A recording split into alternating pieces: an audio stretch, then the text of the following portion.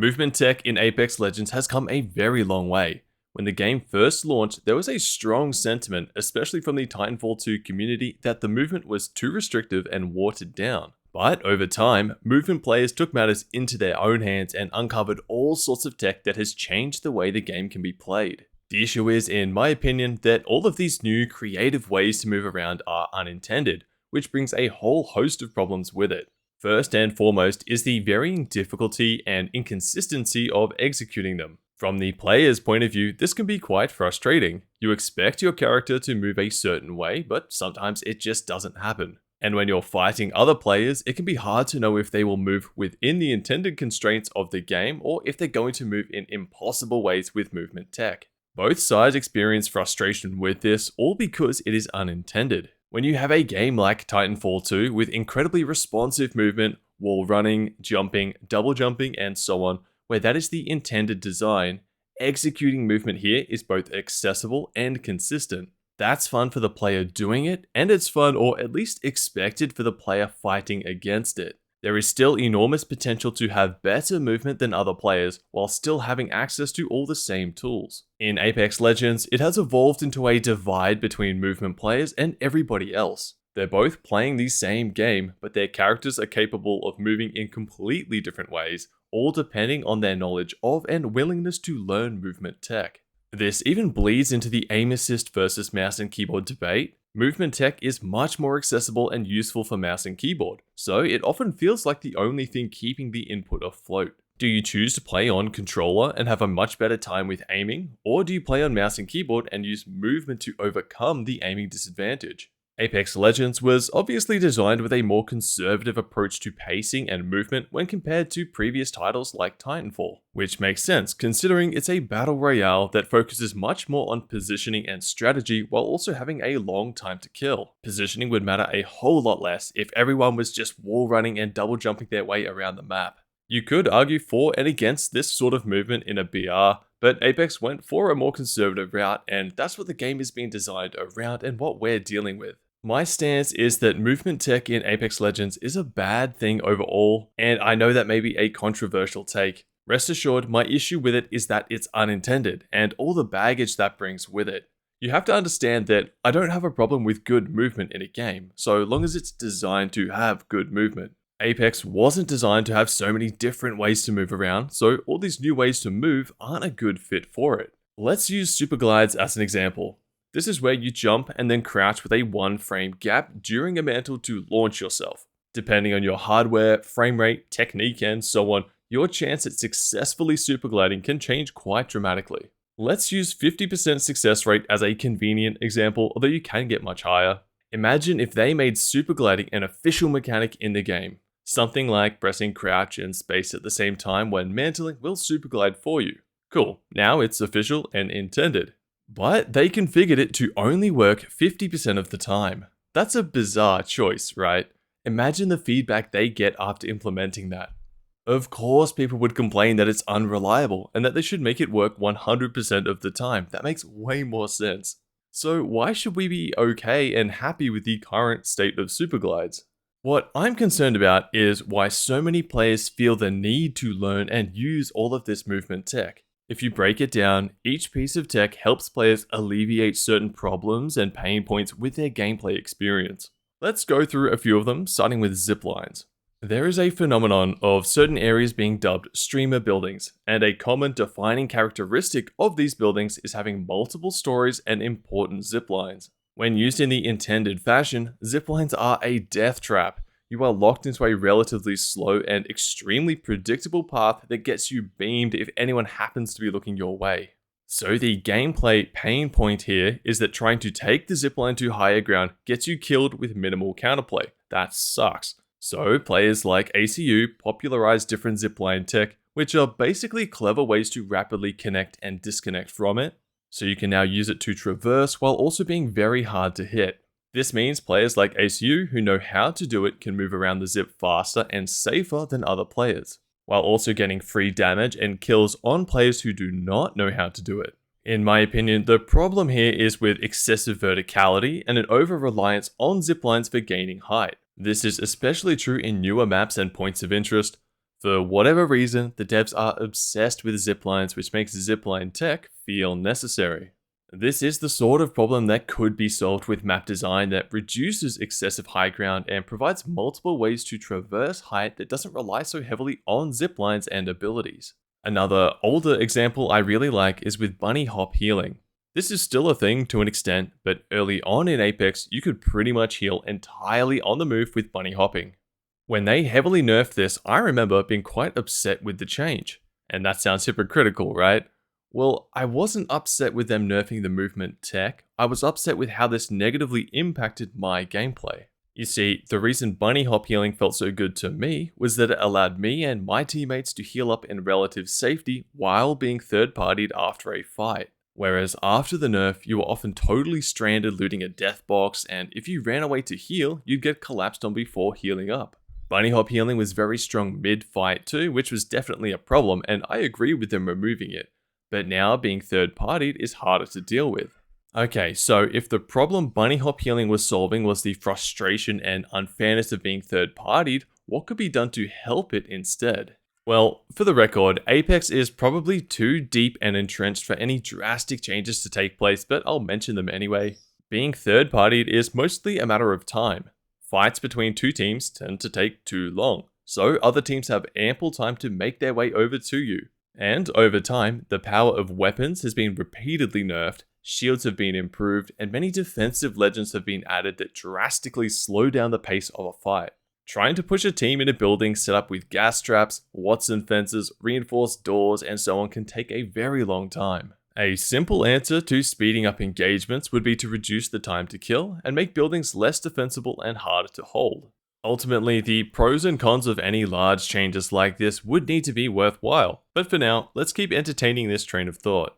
Time to kill is extremely important to this movement tech discussion, and I'll bundle it in with the rest of the tech so we're not here forever going over every single one. The majority of movement tech serves the purpose of giving you the tools to overcome disadvantages, namely 1vx scenarios, which are very common when solo queuing, both in no-fill and with random teammates. It is extremely difficult to beat 3 stacks when you are playing by yourself or with uncoordinated and or lesser skilled teammates. In a straight up fight, you have basically 0% chance of winning a gunfight 1v3, especially toward the later game. There is so much damage you need to do to take down 3 players. If they are all wearing red armor, that's 675 health, and another 15% damage reduction for legends with the fortified passive. With the current wingman, a full mag does 270 damage with all body shots. It would take you almost 3 full mags of hitting every single shot to take down 3 players. Most players would be lucky to have 50% accuracy, so that's 5 full mags to take down 3 players with no fortified passive, no gun shield, no healing, and so on. An R99 with a purple mag does 286 damage per magazine, so you can see the results are largely the same. While I don't think you should expect to win 1v3, the sheer wall of health you're up against makes kiting around with movement tech an appealing way to overcome a numbers disadvantage. We're really diving down the rabbit hole here with time to kill, as its implications are far-reaching. An important thing to understand is that time to kill directly correlates to the skill gap between players. The higher it is, the harder it becomes for a lower skilled player to overcome a higher skilled player. For example, imagine a 1v1 between a bronze player and an ALGS pro player. The pro is going to win just about 100% of the time. But what if the players had their health set to 1, so 1 shot kill? That bronze player is going to start picking up some wins. Obviously far fewer than the pro, but it is now possible for them to win. And now let's set the health to 1 million. That bronze player would never win a duel, even if they faced off 1,000,000 times. What's happening here is that the longer the time to kill is, the more time a better player has to be better than the other player. On average, their output is much higher, and now they have more time to provide that higher output. In Apex Legends, this problem is compounded by 3 stacking, so if you play with 2 other competent players, your team's output on average is so much higher than that of 3 randoms of varying skill levels slapped together. Much of the skill-based matchmaking debate actually comes down to the game's inherent time to kill.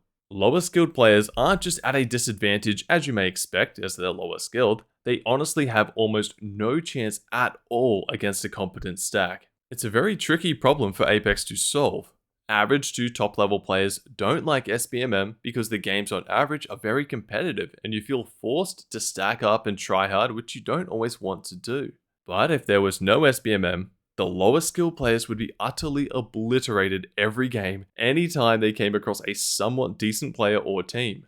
SBMM was never part of the conversation in a game like PUBG, with a very fast time to kill that shrinks the performance gap between players. They may have added it since I last played, but generally speaking, there was very little to no conversation around it for years.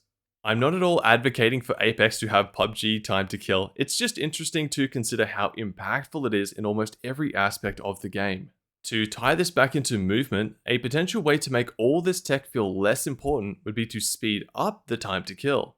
Of course, you now need to juggle whether the ramifications of this change are a net positive or not, but regardless, let's entertain this idea. This doesn't have to be drastic. Small changes can go a long way. In fact, they actually tried to do this back in Season 6. At the start of this season, they reduced the armor values by 25. So, purple armor was 175 instead of 200, and red was 200 instead of 225. A relatively small change in the grand scheme of things, but they had to revert it after massive backlash.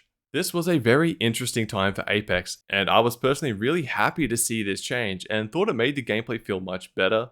I found that fights were faster and more decisive, third parties were less common, clutching out against multiple enemies was easier, while the game still felt like Apex. It was about a 12 to 18% difference in time to kill depending on your armor, so it was impactful but not enough to make it feel like PUBG or Call of Duty. As you may have expected, streamers and pro players were mostly unhappy with this change, and these are the players who were most negatively impacted by it.